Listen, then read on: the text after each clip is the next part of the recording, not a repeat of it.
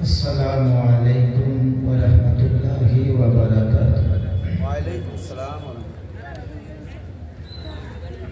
جو بھائی دائیں طرف کھڑے ہیں، الحمدللہ نحمدہ ونستعینہ ونستغفرہ ونؤمن بہ ونتوکل علیہ ونعوذ باللہ من شرور انفسنا ومن سیئات اعمالنا من يهده الله فلا مضل له ومن يضلل فلا هادي له وأشهد أن لا إله إلا الله وحده لا شريك له وأشهد أن محمدا عبده ورسوله أما بعد فإن خير الحديث كتاب الله وخير الهدي هدي محمد صلى الله عليه وسلم وشر الأمور محدثاتها وكل محدثة بدعة وكل بدعة ضلالة وكل ضلالة في النار۔ أعوذ بالله من الشيطان الرجيم، بسم الله الرحمن الرحيم۔ وإن تعدوا نعمة الله لا تحصوها۔ رب اشرح لي صدري ويسر لي أمري واحلل عقدة من لساني يفقهوا قولي رب زدني علما۔ اسٹیج پر تشریف فرما نہایت ہی معزز و موقر علماء کرام اور میرے سامنے بیٹھے ہوئے نہایت ہی معزز سامعین حضرات، چونکہ ٹائم مجھے بہت کم دیا گیا ہے، اسی لیے میں ڈائریکٹ موضوع پر آ رہا ہوں۔ قرآن کریم کی جو آیت کریمہ آپ کے سامنے پڑھی گئی، تلاوت کی گئی، اس میں اللہ رب العالمین کے نعمتوں کا ذکر ہے کہ اللہ رب العالمین کی کتنی نعمتیں ہم پر ہیں۔ خاموشی کے ساتھ سانس روکیے، انشاءاللہ خالص کتاب و سنت پر مبنی باتیں میں آپ کے سامنے پیش کرتا ہوں، انشاءاللہ فائدہ ہوگا، انشاءاللہ۔ مجھ سے پہلے تھوڑی دیر کے لیے میں آپ کے ذہن کو بنا رہا ہوں تاکہ بعد میں آنے والی باتیں آپ کما حقہ سمجھ سکیں۔ مجھ سے پہلے جو مولانا تقریر کر رہے تھے، مولانا دعوت و تبلیغ کیسے دی جائے، عورتوں کو، لیڈیز کو اہل حدیثوں کے اسٹیج میں لایا جائے یا نہیں۔ دیکھیں میں نام لے کر کے بول رہا ہوں تاکہ آپ بات سمجھیں۔ اس پر مولانا بول رہے تھے، تقریر کر رہے تھے اور بڑی مدلل باتیں آپ کو سنا رہے تھے اور آپ دلچسپی لے کر کے اس کو سن رہے تھے۔ دعوت و تبلیغ کیسے دی جاتی ہے؟ پہلے یہ دیکھیں، تھوڑا سا میں آپ کا موڈ بنا رہا ہوں، غور کر کے سنیں۔ دعوت و تبلیغ کیسے دی جاتی ہے؟ کیا نبی کے زمانے میں ایسے پنڈال لگا کر کے، مائک لا کر کے، کیا دعوت و تبلیغ کا یہ کیا ہوتا تھا؟ نہیں، جواب آئے گا نہیں ہوتا، ایسے نہیں ہوتا۔ تو ہم دعوت و تبلیغ کیسے دیں؟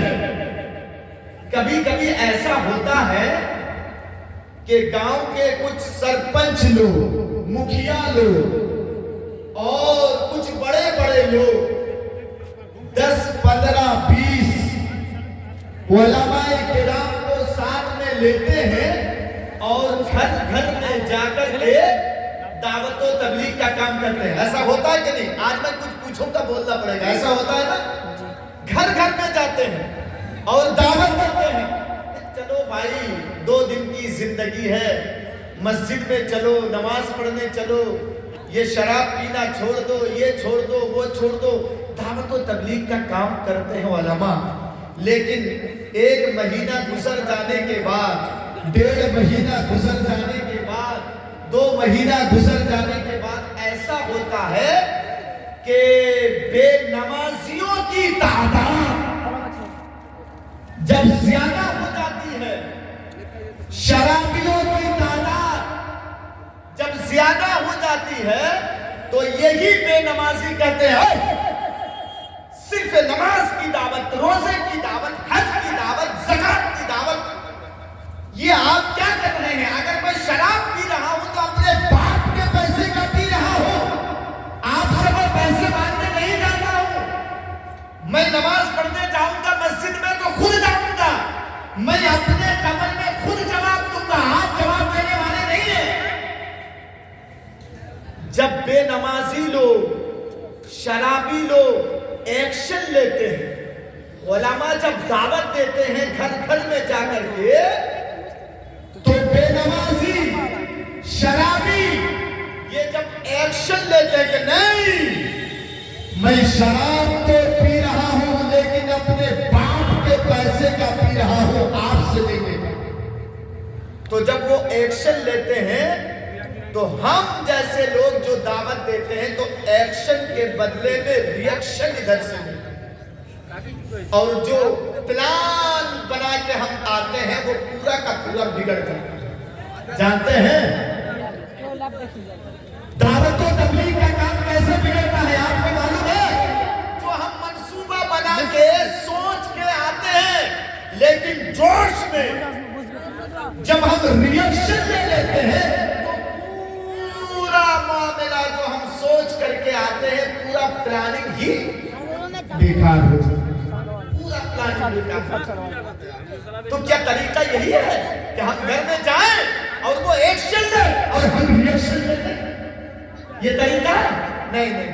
تب طریقہ دعوت و تبلیغ کا طریقہ کیا ہے؟ چلیے میں مختصر بتا رہا ہوں۔ شریعت میں 3 الفاظ آتے ہیں، غور سے سنیے، اے بچے ہلہ بند کرو، ارے یہ لیکچر ہے کوئی تقریر نہیں، اس میں سمجھنے کی باتیں ہوتی ہیں، بات کو قرآن اور حدیث سے پروف کیا جاتا ہے کہ جو میں بول رہا ہوں یہ قرآن و حدیث میں ہے کہ نہیں، اس کو تولا جاتا ہے، اور خاص کر کے سپول ڈسٹرکٹ کے پبلک تول لیتی کہ یہ کس انداز میں بولتا ہے، کہاں سے بولتا ہے۔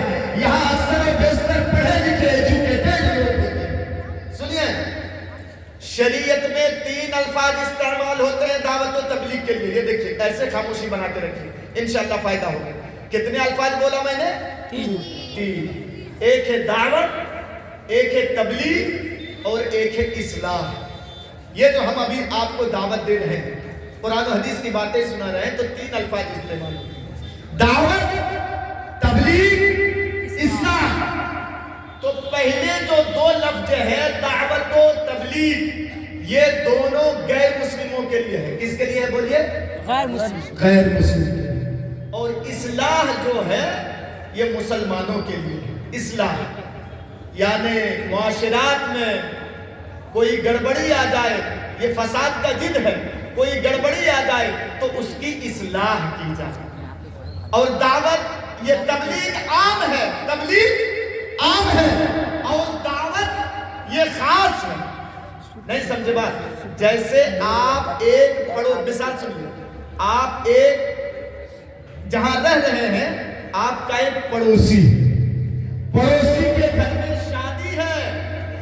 شادی ہے، کسی ناحیے سے